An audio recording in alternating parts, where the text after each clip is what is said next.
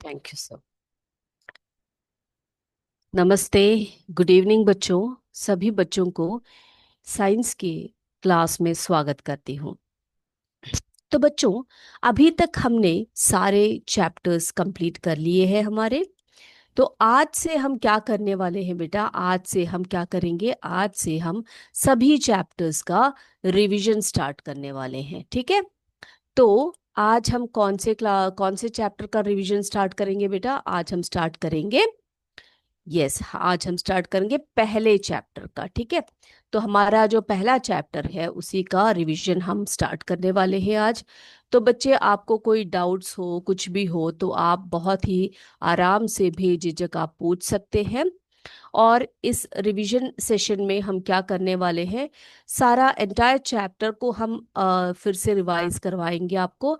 साथ ही साथ इसके जितने भी क्वेश्चन आंसर्स है, एक्स्ट्रा क्वेश्चन आंसर्स है, वो सभी आपको करवाएंगे ताकि आप एग्जाम में अच्छे मार्क्स लाए।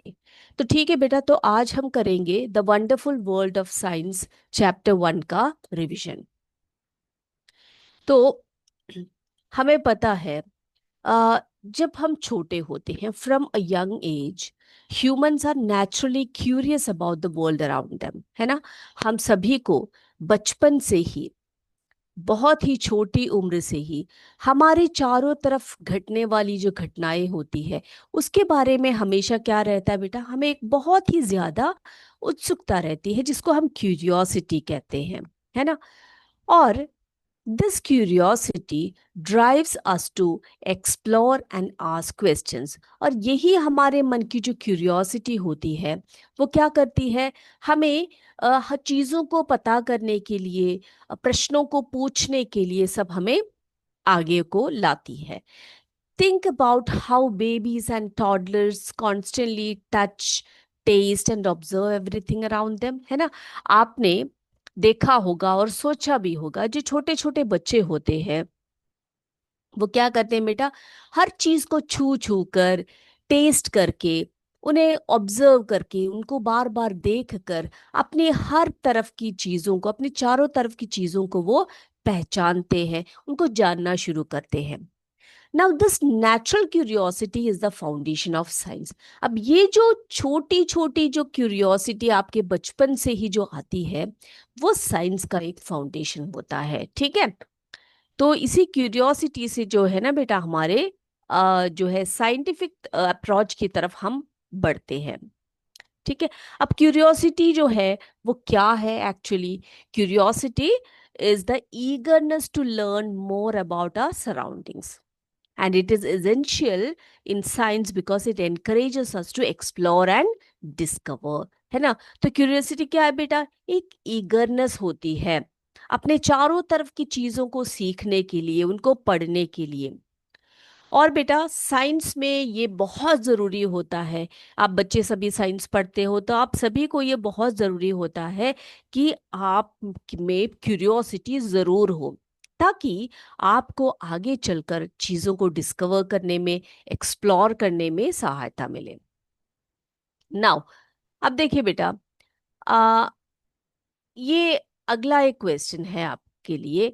साइंस क्या है ना? हम सभी साइंस पढ़ते हैं, तो हम अक्सर ये पूछते हैं ना कि साइंस क्या है, साइंस का मतलब क्या होता है, व्हाट इज साइंस? तो आप क्या बोलते हो कि साइंस क्या है, क्या विज्ञान क्या है?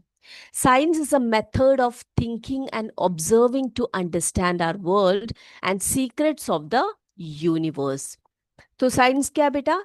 एक थिंकिंग और ऑब्जर्वेशन का एक मेथड होता है साइंस। क्यों होता है वो? किस चीज के लिए होता है ये थिंकिंग और ऑब्जर्वेशन? ताकि आपके चारों तरफ का जो वर्ल्ड है उसको आप अंडरस्टैंड करें, है ना? उसको समझने का प्रयास करें, और जितने भी सीक्रेट्स हैं इस यूनिवर्स में उसको समझने का प्रयास करें, है ना? तो science is a method of thinking and observing to understand our world and the secrets of the universe. अब अगला एक टर्म आता है, द साइंटिफिक मेथड। अब साइंटिफिक मेथड क्या होता है बच्चों? See, the scientific method is a simple way to find answers to questions and solve problems. It helps us understand things step by step. तो साइंटिफिक मेथड क्या है बेटा? यानी कि ये एक बहुत ही सिंपल वे है ताकि आपको जो प्रश्न आते हैं आपके दिमाग में उसको सॉल्व करने का, उसको आंसर्स को फाइंड करने के लिए एक बहुत ही अच्छा तरीका है। अब ये किसमें सहायता करता है हमारी? It help us understand things step by step. ठीक है, हर चीज को छोटे छोटे टुकड़ों में बट बांट के या छोटे छोटे स्टेप्स में हमें समझ में आने के लिए या समझाने के लिए ये मेथड होता है। ओके, नाउ ऑब्जर्व ऑब्जर्वेशन क्या होता है बेटा? सबसे पहले तो साइंटिफिक मेथड में आता है ऑब्जर्वेशन। ठीक है, किसी चीज को बहुत ही ध्यान से देखना और समझना। जैसे कि यहाँ पे आप देख रहे हो, मैंने लिखा है look closely at something interesting और पजलिंग। तो बच्चों, अगर हम अपने चारों तरफ चीजों को देखते हैं तो हमारे दिमाग में बहुत सारे प्रश्न आते हैं, है ना? हमारे दिमाग में क्या आता है कि ये ऐसा क्यों हुआ, कैसे हुआ, ये सब होता है ना, हमारे दिमाग में आता है। तो ऐसे सवाल जो आते हैं हमारे दिमाग में, उसी को हम क्या कहते हैं बेटा? क्वेश्चनिंग होता है ना? तो हर चीज को ऑब्जर्व करने पर ही ये क्वेश्चन आता है आपके दिमाग में। आप एक चीज को बहुत ही अच्छी तरह से ऑब्जर्व करोगे तभी तो आपके दिमाग में क्वेश्चन आएगा, है ना? तभी तो आप सोचोगे इसके बारे में, ये कैसा हुआ, क्यों हुआ, कब हुआ, कैसे हुआ, है ना? वाई, हाउ, व्हेन, वाई, ये सब आपके दिमाग में प्रश्न आते हैं। तो आस्किंग ए क्वेश्चन, ठीक है, तो think of A question about what you saw. आपने जिस चीज को देखा है, किसी चीज के को देखा है बेटा आपने, तो आप उसके बारे में क्या कीजिए? उसके बारे में आप क्वेश्चन पूछिए। ठीक है, जैसे कि एक एग्जाम्पल दिया है, why does the plant grow towards light. एक प्रश्न आपके दिमाग में आता है कि जो प्लांट्स होते हैं वो लाइट्स की तरफ क्यों ग्रो करते हैं? बहुत सारे और भी क्वेश्चंस आपके दिमाग में आते होंगे, है ना? जैसे कि आप सोचते होंगे कि ये जो मून है ये रात के समय क्यों दिखाई देता है, सुबह के समय क्यों नहीं दिखता है, तारे रात के समय क्यों दिखते हैं, क्यों सुबह नहीं दिखता है, और जो सन है वो कितना बड़ा वो कहाँ, उसकी प्रकाश कहाँ से आती है ना? इस तरह के बहुत सारे सवाल आपके दिमाग में आते हैं। तो उसी के लिए हम कहते हैं एक क्वेश्चन को पूछना। तो ये एक दूसरा, एक मेथड, दूसरा एक पॉइंट है साइंटिफिक मेथड का, आस्किंग अ क्वेश्चन। ठीक है, चलिए अब तीसरा देखो। तीसरा स्टेप क्या है साइंटिफिक मेथड में? Make a guess. Make a guess और हाइपोथेसिस। ठीक है, यानी कि एक चीज के कुछ हमें गेस करना, कोई चीज गेस करना कि ऐसा हुआ होगा, ये वैसा हुआ होगा, ये इस कारण से हुआ होगा, है ना? तो दैट इज कॉल्ड हाइपोथेसिस। उसको क्या कहा जाता है? हाइपोथेसिस कहा जाता है। यानी कि take a smart guess about the answer to your question. आपके दिमाग में जो क्वेश्चन है उसके लिए आप गेस कीजिए कि ये इस कारण से हुआ होगा, हो सकता है ये ऐसा होने पर ऐसा हुआ हो, है ना? तो वो एक स्मार्ट गेस है, and that is called a hypothesis. अब जैसे कि एक एग्जाम्पल में, the plant grows towards light to get more sunlight. आपके दिमाग में क्वेश्चन आया था कि ये जो प्लांट्स है वो हमेशा लाइट की तरफ क्यों ग्रो करते हैं, है ना? तो आपने एक बहुत ही स्मार्ट सा गेस वहां पर लगाया। क्या लगाया आपने? कि प्लांट्स जो है लाइट की तरफ इसीलिए शायद से ग्रो करते हैं ताकि उन्हें ज्यादा सनलाइट मिले, है ना? ऐसा दिमाग में आता होगा आपके, ब्रेन में आता होगा सवाल, सॉरी जो है गेस है, हाइपोथेसिस है। अब जब गेस आता है आपके दिमाग में, एक हाइपोथेसिस आता है, तो क्या करना पड़ता है बच्चों? तो उसको टेस्ट करना पड़ता है। टेस्ट इट और do an experiment to see if your guess is correct. तो बेटा हम ऐसे गेस कर ले, हाँ भाई ये इस कारण से हुआ होगा, ये जरूर ऐसा हुआ होगा, वैसा हुआ, ऐसा नहीं है। ठीक है, तो आपने क्या करना होता है? in order to prove your hypothesis, in order to prove your guess, what you have to do is to do an experiment to see if your guess is correct. कि आपका जो गेस है वो करेक्ट है कि नहीं correct है। तो आपने क्या किया, put plants in different places with light and see how they grow. आपने क्या किया, एक प्लांट को जाकर अंधेरे में रख दिया, दूसरे प्लांट को जाकर आपने उजाले में रख दिया, है ना। तो आपने क्या नोटिस किया वहां पर, आपने क्या ऑब्जर्व किया, है ना। तो वहां पर उसको आप एक एक्सपेरिमेंट के तौर पर क्या कर रहे हो बेटा, उसको चेक करने का प्रयास कर रहे हो कि आपने जो गेस किया है क्या वो करेक्ट है या नहीं। Now, after doing the experimentation, the next step is check the results, analysis करना, है ना। Look what happened in your experiment. आप देखो कि आपने जो एक्सपेरिमेंट किया है उसमें क्या हुआ है। Did it match your guess? आपने जो गेस किया, आपने जो हाइपोथेसिस बनाया, क्या वो इसके साथ मैच कर रहा है। जैसे कि did plants in brighter light grow towards the light. तो आपने एक एक्सपेरिमेंट करके देखा देखा था कि प्लांट्स जो है वो डार्कनेस में ज्यादा बड़े होते हैं, या जो ब्राइटर लाइट जहां पर उनको मिलती है वहां पर ज्यादा बड़े होते हैं, है ना। तो यहाँ पर आपने क्या किया, रिजल्ट्स को आप चेक करेंगे, है ना। आप क्या चेक करेंगे कि जो प्लांट्स ब्राइट लाइट में होते हैं, जिनको पूरी तरह से सनलाइट मिलती है, उन्हें क्या होता है बेटा, उनकी ग्रोथ बहुत अच्छी होती है।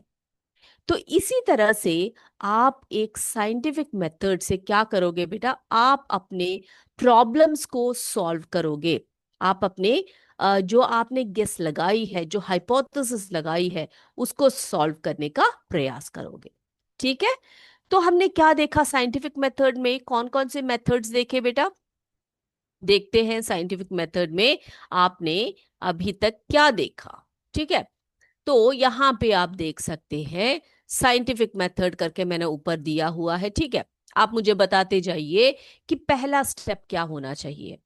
पहला स्टेप क्या होना चाहिए, ऑब्जर्वेशन। Very good. सबसे पहला होना चाहिए ऑब्जर्वेशन, है ना। आप किसी चीज को नोटिस करेंगे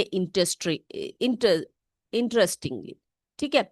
जैसे कि आपने देखा कि कोई चीज ऐसा क्यों हो रहा है, एक चीज को बढ़ते हुए देख रहे हो आप, एक चीज को चलते हुए देख रहे हो आप, या एक चीज को उसका मूवमेंट आप वॉच कर रहे हो, उसकी ग्रोथ आप वॉच कर रहे हो, तो वहां पर क्या आता है बेटा, ऑब्जर्वेशन आता है। नोटिस समथिंग इंटरेस्टिंग, कोई भी चीज आपको जो क्यूरियस लगे, आप उस चीज को नोट कीजिए, उसको ऑब्जर्व कीजिए। Then what is the next step, दूसरा स्टेप क्या आता है बेटा, दूसरा स्टेप आता है क्वेश्चन, सवाल करो। ठीक है, ask A question about it, उसके बारे में आप सवाल करो, पूछो अपने आप से ये ऐसा क्यों हुआ, किस कारण से हुआ। तो दूसरा जो स्टेप होता है साइंटिफिक मेथड में, वो है क्वेश्चनिंग और क्वेश्चन। ठीक है, ask A question about the thing you have noticed. Now the third one is hypothesis. Hypothesis यानी गेस एंड आंसर। आपके मन में जब आपने एक चीज को ऑब्जर्व किया, उसके बारे में आपके मन में एक क्वेश्चन आया, तो आपने अपने आप को ही बताया कि ये शायद से इस कारण से हुआ है। लेकिन आपको कंप्लीटली ये नहीं पता बेटा कि वो इस कारण से हुआ है या नहीं हुआ है। तो आप क्या करोगे, अगले स्टेप में आप क्या करोगे, एक्सपेरिमेंट करोगे। ठीक है, तो एक्सपेरिमेंट करके आप ये ऑब्जर्व करोगे कि आपने जो गेस किया है, आपने जो हाइपोथेसिस फॉर्मुलेट किया है, क्या वो सही है या गलत है। एक्सपेरिमेंट करोगे ना। ओके। अब जब एक्सपेरिमेंट से जो रिजल्ट आता है, उससे आप एक कंक्लूजन पे पहुंच जाते हो। Analyse if the guess was correct. आपने जो गेस लगाया, आपने जो हाइपोथेसिस लगाया, आपने जो एक्सपेरिमेंट किया, उसके लाइट पर क्या आपका गेस करेक्ट था या रॉन्ग था। ओके। तो इतने ये पांच चीजों को आपने याद रखना है बेटा, observation, question, hypothesis, experiment and conclusion. So these are the most important scientific methods. ठीक है, तो आपने इन सभी चीजों को क्या करना है बेटा, ध्यान रखना है कि आप जो है किस प्रकार के बच्चे हो। आप अगर एक क्यूरियस बच्चे हो तो आपको ये सब बातें याद रखना पड़ेगा। ठीक है। चलिए बेटा, अब देखते हैं हम जो साइंस की हम बात करते हैं ना बच्चे, तो साइंस जो है वो हर जगह होता है ना। साइंस हर जगह होता है। आप कहीं पर भी देखो अपने चारों तरफ, क्या है बेटा, वो सब साइंस है। तो हमने अभी जो साइंटिफिक मेथड देखा, उसमें हमने देखा कि क्यूरियोसिटी के बल पर हम चीजों को क्या करते हैं बेटा, हम चीजों को जानने का प्रयास करते हैं। तो what is curiosity? Curiosity is the strong desire to ask questions and learn new things. Example, if you see a rainbow and wonder how it is formed, that is curiosity, है ना। आप एक बहुत ही सुंदर फूल को देखते हो और दूसरे एक फूल से कंपेयर करते हो। आप सोचते हो कि ये फूल रेड है और वो दूसरा फूल येलो कलर में, ये ऐसा क्यों हुआ, है ना। जैसे में बहुत सारे सवाल हैं आपके दिमाग में आते होंगे, हर दिन डेली बेसिस पर आपके दिमाग में सवाल आते होंगे।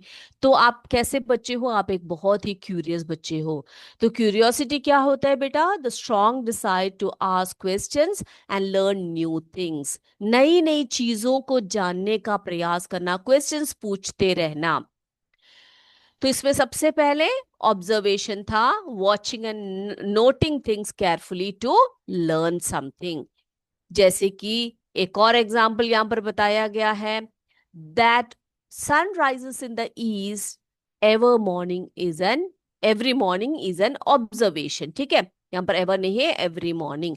तो सन जो है हमेशा ईस्ट पे आता है, यानी कि उगता है। तो ये एक ऑब्जर्वेशन है ना। ये एक ऑब्जर्वेशन है। मून रात के समय आता है, ये एक ऑब्जर्वेशन है कि नहीं। प्लांट्स जो, जैसे कि मिमोसा प्लांट्स के बारे में हम पढ़ रहे थे, तो मिमोसा प्लांट जो है अपने लीव्स को जब हम टच करते हैं तो बंद हो जाता है, ये एक ऑब्जर्वेशन है। लीव्स शेड होते हैं, है ना, गिरते हैं, वो एक ऑब्जर्वेशन है। तो ये सभी क्या है बेटा? ऑब्जर्वेशंस होते हैं। ठीक है। आप ऑब्जर्वेशन के बेसिस पर possible explanation based on the observation, आप एक एक्सप्लेनेशन अपने आप को ही दीजिए, आपने जो ऑब्जर्व किया उसके बेस पर। जैसे कि if you think plants need sunlight to grow because you saw one die in the darkness, that is a hypothesis, है ना। जैसे कि एक प्लांट को आप सनलाइट में बहुत बढ़िया ड्रॉ जो है ग्रो करते हुए देख रहे हो, और दूसरा जो है डार्कनेस में थोड़े दिन आप रखोगे तो वो मर जाता है, वो क्या है? वो हाइपोथेसिस है ना। तो आपको वो हाइपोथेसिस फॉर्मुलेशन आपके दिमाग में आता है, उस पर आप एक एक्सपेरिमेंट करते हो। एक्सपेरिमेंट क्या है? A test to check if your hypothesis is correct. तो आप टेस्ट कीजिए, एक्सपेरिमेंट कीजिए कि वो हाइपोथेसिस करेक्ट है कि नहीं।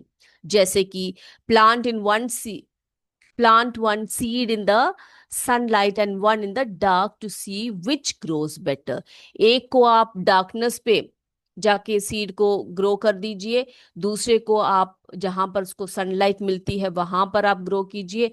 तो वहां पर आप क्या कर रहे हो? एक एक्सपेरिमेंटेशन कर रहे हो, एक टेस्ट करके देख रहे हो कौन सा इसमें से अच्छा ग्रो होगा, है ना। फिर उसमें से आप एक कंक्लूजन निकालिए। Examine the data collected during the experiment. आप जो एक्सपेरिमेंट करते हो उसके डेटा आप कलेक्ट कीजिए। जैसे डे 1 में क्या हुआ, डे 2 में क्या हुआ, डे 3 में क्या हुआ, और फाइनल रिजल्ट क्या आया। And draw conclusions based on the results. आपने जो आपके जो रिजल्ट्स आए उस पर बेस्ड आप एक कंक्लूजन बनाइए।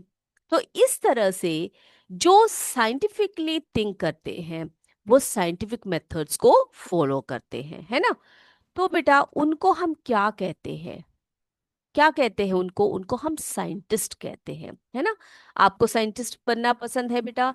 तो साइंस जो है वो हर तरफ होता है। साइंस क्या होता है बेटा? जैसे कि मैंने आपको बताया, साइंस इज एवरीवेयर। साइंस जो है हर जगह होता है। हर एक छोटे से छोटे कण से लेकर आसमान तक, आकाश में जो तारे हैं, जो सन है, जितने भी सोलर सिस्टम जो भी है, गैलेक्सीज है, उन सभी में साइंस है ना। हमारे शरीर में भी पूरा एक साइंस है। ओके, तो science is all around us, from tiny grains of sand to huge mountains, है ना। छोटे छोटे आप जो सैंड देखते हो, सैंड के ग्रेन्स देखते हो, उससे बड़े बड़े माउंटेन्स तक हर तरफ साइंस है ना। Okay, from a single leaf to an entire forest. आप बेटा एक छोटा सा एक लीफ ले लीजिए, उस लीफ में ही इतना कुछ पढ़ना होता है आपको, इतना साइंस उसमें होता है, तो आप एक पूरे जंगल की क्या बात कर रहे हो। तो एक छोटे से छोटे एक सिंगल लीफ से लेकर एंटायर फॉरेस्ट तक सब साइंस है बच्चों, है ना। Okay, stars shining in the night sky. Science explains that stars shine because of reactions happening inside them, है ना। अभी अभी हमने एक चैप्टर पढ़ा है बियॉन्ड अर्थ, उसमें हमने पढ़ा है कि जो हमारा सन है, जो हमारा नियर बाई स्टार है, उसके अंदर क्या क्या रिएक्शंस चलते हैं, उसके अंदर कौन कौन से कंपोनेंट्स हैं, कौन कौन सी गैसेस है, उसमें क्या रिएक्शंस चलते हैं जिससे कि वो चमकते हुए दिखते हैं हमें। तो stars shining in the sky. Science explains that stars shine because of reactions happening inside them. है ना। अब जो फ्लावर्स होते हैं, जो फूल होते हैं, जो ब्लूम करते हैं, है ना, flowers blooming, plants respond to light and temperature, them to which helps us to know when to bloom, है ना। यानी कि उन्हें कैसे पता लग जाता है कि जो है कब ब्लूम होना है, ये लाइट के अकॉर्डिंगली कैसे रिस्पॉन्ड करना है, टेम्परेचर के अकॉर्डिंगली कैसे जो है रिस्पॉन्ड करना है। तो ये सभी जो बातें हैं वो साइंस ही है, ठीक है। Science help us answer questions and solve mysteries. तो जितने भी इस वर्ल्ड में जो मिस्ट्रीज है, जो क्वेश्चंस है, उन सभी को सॉल्व करने के लिए हमें साइंस की सहायता लेनी पड़ती है, क्योंकि साइंटिफिक वे से ही हम चीज़ों को क्या कर सकते हैं बेटा, बेटर वे में प्रूव कर सकते हैं। And it help us understand the world better. इससे जो भूमि है, जो हमारा वर्ल्ड है, जो हमारा यूनिवर्स है, इन सभी को बहुत ही आसानी से, बहुत ही अच्छे तरीके से हम समझ सकते हैं, है ना बच्चों। अब ये सभी जो सिस्टम्स, जो मेथड्स वगैरह जो फॉलो करते हैं, उन्हीं को हम क्या कहते हैं, उन्हीं को साइंटिस्ट कहते हैं। अब बेटा आप में से भी बहुत सारे साइंटिस्ट होंगे, है ना, क्योंकि अगर आप साइंटिफिकली थिंक करते हैं, साइंटिफिक मेथड्स को फॉलो करते हैं, तो आप भी एक छोटे से साइंटिस्ट है ना। तो आप में भी एक साइंटिस्ट छुपा हुआ है। Now scientist are people who follow the scientific method to solve problems और टू डिस्कवर न्यू थिंग्स, है ना। तो साइंटिस्ट किसको कहते हैं बेटा, हम लोग जो साइंटिफिक मेथड्स को फॉलो करते हैं प्रॉब्लम्स को सॉल्व करने के लिए और नई नई चीजों को डिस्कवर करने के लिए, है ना, नई नई चीजों को डिस्कवर करने के लिए जो साइंटिफिक मेथड का उपयोग करते हैं, उनको हम क्या कहते हैं, कौन कहते हैं, उनको हम साइंटिस्ट कहते हैं, ठीक है। But any one who follows the scientific method is working like a scientist. वही तो मैंने आपको बताया कि अगर आप छोटे बच्चे, आप बोलो कि हम मैम हम तो भी पढ़ ही रहे हैं, हम कैसे साइंटिस्ट हो सकते हैं। हो सकते हो बेटा, आप अगर सेकेंड स्टैंडर्ड में पढ़ते हो या सिक्स्थ में या टेंथ में या ट्वेल्थ में, जो भी क्लास में पढ़ते हो, अगर आप एक साइंटिस्ट के तौर पे, यानी कि साइंटिफिक मेथड्स को फॉलो करते हुए आप आगे बढ़ते हो किसी प्रॉब्लम को सॉल्व करने के लिए, तो आप भी एक साइंटिस्ट की तरह ही तो वर्क कर रहे हो, है ना। हर चीज को ऑब्जर्व करना, फिर उस ऑब्जर्वेशन से आप क्वेश्चंस पूछेंगे, उस क्वेश्चन से फिर आप हाइपोथेसिस निकालेंगे, फिर एक्सपेरिमेंट करेंगे, उसमें से एक कंक्लूजन निकालेंगे, तो आप क्या बन गए बेटा, आप भी तो एक साइंटिस्ट ही बने। Now scientist often work in teams to share ideas. अब जो बड़े बड़े जो साइंटिस्ट होते हैं ना बेटा, वो कैसे होते हैं, वो टीम में काम करते हैं, एक ग्रुप में, एक टीम में काम करते हैं, उनका एक टीम वर्क होता है, जिससे कि वो अपने आइडियाज को शेयर करते हैं, दे कंडक्ट एक्सपेरिमेंट्स, है ना, बहुत सारे एक्सपेरिमेंट्स को वो लोग करते हैं, and solve complex problems together. और हर चीज को वो क्या करते हैं, साइंटिफिकली हर कॉम्प्लेक्स प्रॉब्लम को सॉल्व करने का प्रयास करते हैं, है ना। तो साइंटिस्ट कैसे काम करते हैं बेटा, scientist often work in team to share ideas, conduct experiments and solve complex problems together. तभी तो आप एक बहुत ही सिंपल से एक्सपेरिमेंट, सॉरी एग्जाम्पल आप ले लीजिए, जैसे कि कोरोना के टाइम पर, है ना, कोविड के टाइम पर कितने सारे साइंटिस्ट लोगों ने मिलकर काम किया था, ताकि आप एक कोरोना वैक्सीन को डेवलप करें, है ना। तो इतने सारे साइंटिस्ट ने मिलकर, उनका एक टीम वर्क चला था, एंटायर वर्ल्ड के जितने भी साइंटिस्ट थे उनका एक बहुत ही बढ़िया टीम वर्क था। और इसी टीम वर्क के कारण आज जो है ना बेटा, आज जो है हर तरफ हम देखते हैं, चाहे वो एग्रीकल्चर का फील्ड हो, मेडिसिन का फील्ड हो, या कोई और फील्ड हो, तो वहां पर सब नए नए वैक्सीन्स का लाना, नए नए मेडिसिन बनाना, नई चीजों की डिस्कवरी करना, नई चीजों को इन्वेंट करना, ये सभी जो है तभी पॉसिबल है जब साइंटिस्ट लोग एक साथ अपनी टीम्स में अपने आइडियाज को शेयर करते हैं, एक्सपेरिमेंट्स करते हैं, ताकि वो कॉम्प्लेक्स प्रॉब्लम्स को सॉल्व कर सके, है ना। इतनी बातें समझ में आ गई मेरे बच्चों को, यही तो हम लोग अभी जो है पूरे इस चैप्टर में पढ़ रहे थे, है ना। तो चलिए बेटा, अभी जो है एक छोटी सी एक्टिविटी और कर लेते हैं। आज जो हमने पढ़ाया उसके बेसिस पर आपसे कुछ क्वेश्चन मैं पूछ लेती हूँ, आप जो है आ, इसको करिए, ठीक है। नाउ यहाँ पे देखिए बेटा, what is the most important trait needed to explore and understand the world through science. अब साइंस के द्वारा बहुत, यानी कि बहुत ही अच्छा ट्रेट कौन सा है चीजों को समझने और एक्सप्लोर करने के लिए साइंस के वर्ल्ड के थ्रू। सो सबसे पहले आपको क्या चाहिए बेटा, क्यूरियोसिटी चाहिए, है ना। क्यूरियोसिटी से ही आप चीजों को क्या करोगे, एक्सप्लोर करने में आपको सहायता मिलेगी।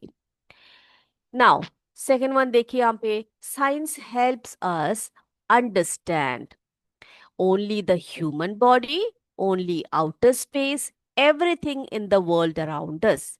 तो यहाँ पर आप बता सकते हैं कि साइंस हमें किसमें सहायता देता है, क्या वो केवल मनुष्य के शरीर के बारे में सीखने में हमारी सहायता करता है, या हमारे जो आउटर स्पेस है उसको समझने का प्रयास हमें दे, सॉरी उसको समझने में हमारी सहायता करता है, या everything in the world around us, जो हमारे चारों तरफ का जो वर्ल्ड है उनके हर चीजों के बारे में सीखने का और समझने में हमें साइंस हेल्प करता है। तो आपका आंसर क्या होगा बेटा, आपका आंसर होना चाहिए everything in the world around us. हमारे चारों तरफ जो भी वर्ल्ड में हो रहा है उन सबको समझने में साइंस हमारी सहायता करता है। अगला देखिए बेटा, अगला है, which of the following is the first step of the scientific method.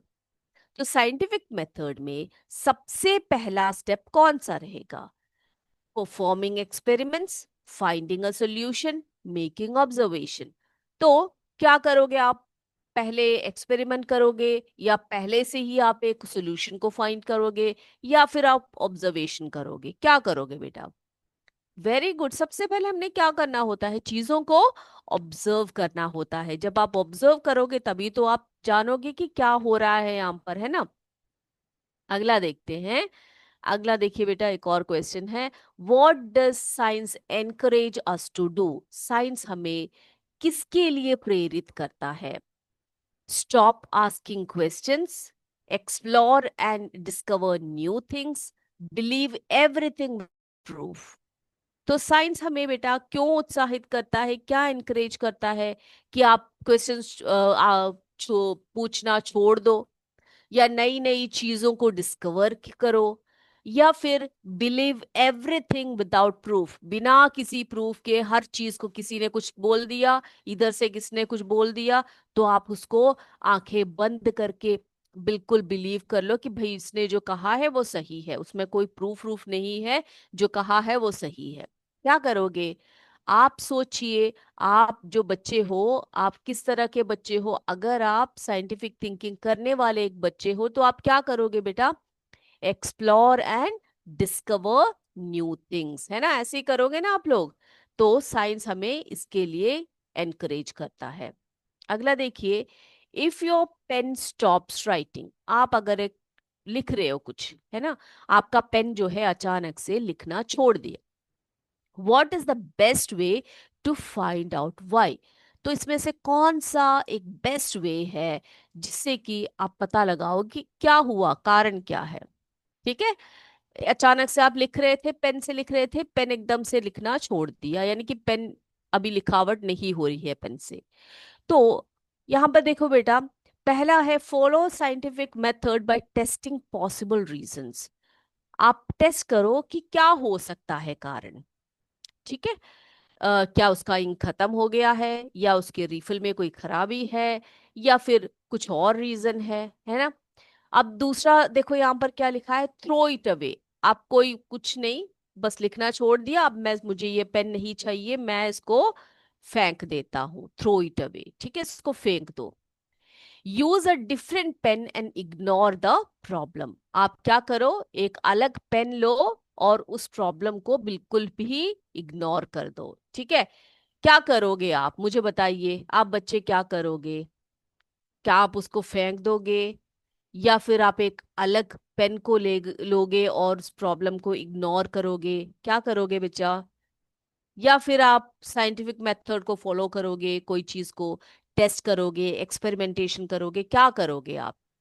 अगर आप साइंटिफिक मेथड्स को फॉलो करने वाले बच्चे हैं तो आप क्या करेंगे बेटा? Yes, follow the scientific method by testing possible reasons, है ना? तो हमने कुछ क्वेश्चंस भी आज देख लिए, है ना? तो इसी तरह से हम, जो अगला क्वेश्चन है वो अगले क्लास में हम देखेंगे। और भी कुछ क्वेश्चंस हमारे पास है अभी, क्योंकि हमारा टाइम यहाँ पर खत्म होता है। तो अगले क्लास में हम और भी क्वेश्चंस को जो है